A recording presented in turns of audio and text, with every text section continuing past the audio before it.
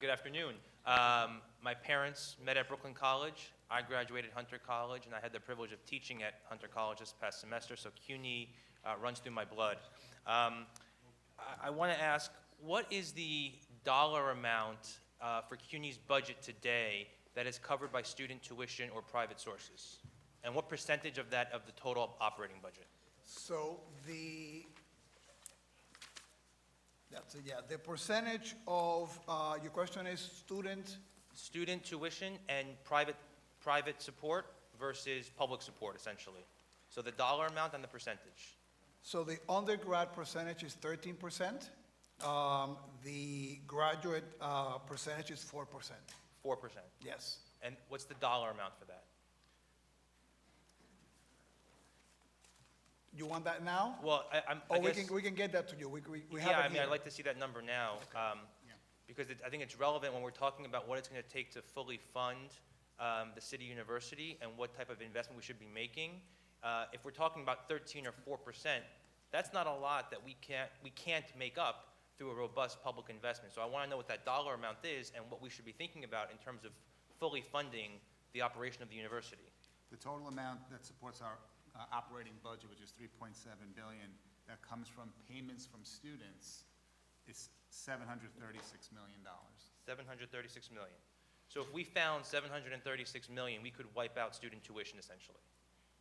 Is that a fair assessment, a fair way of thinking about that? $736 million is the amount of money that students pay out of. Okay, that's helpful, thank you.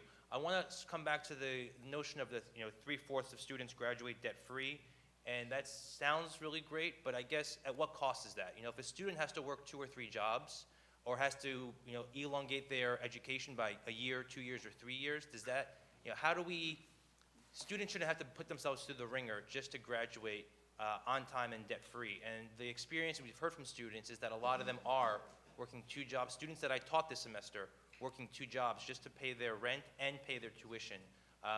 So when we say 3/4 graduate debt-free, it feels like it's a little disingenuous. And we need to be doing a lot more to make sure that we're fully supporting all of the needs of students and giving them an environment, both in the classroom and outside the classroom, where they can actually survive and thrive. And I don't think we're doing that right now. That's based on my own observations, the testimony we heard at the hearings in the fall that Senator Stavisky led, and my ongoing conversations with students. And so I too am very disappointed with the investment we're making in this budget, or proposed to make in this budget, that really goes to help students. And I'm very concerned about that.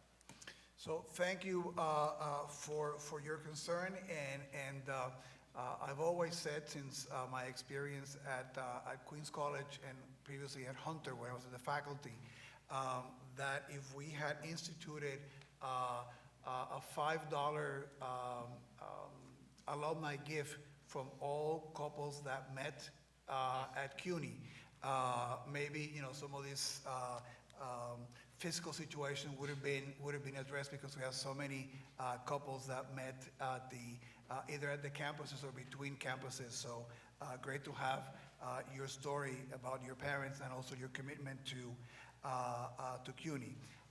You've talked about the needs of our students, and that's one of the things that we take very seriously, and it's very dear to my heart, our president's the team. That is why on areas like food insecurity, we've gone out there and secured funding for this pilot program with the City Council to be able to provide food vouchers to our students. We're beginning with 1,000 students, and we're going to see how that has an impact on retention and graduation, and hopefully be able to expand it. The investment in lowering the cost of books. If you have to spend less on books, that's more money that you have to be able to spend on other things, and that's, I think, a significant investment. The investment in cutting down the transportation cost, going back to the numbers that I provided Assemblywoman Hyman in her question. So I think just to respond there, if we weren't raising tuition, and if we weren't charging students fees for mental health services, if we weren't doing all these things, they could afford transportation, they can afford room and board, they could afford their rent, they can afford to buy themselves a meal. I think we need to shift the paradigm of how we're thinking about funding higher education. All of these programs are great, and we're spending a lot of money on them, but we can do more to make the costs lower for students on the education front, and then find other ways to help them outside of that. I think we need to think very carefully and smartly about how we need to do this in the future, because it's not working, I guess is my overall point. Thank you.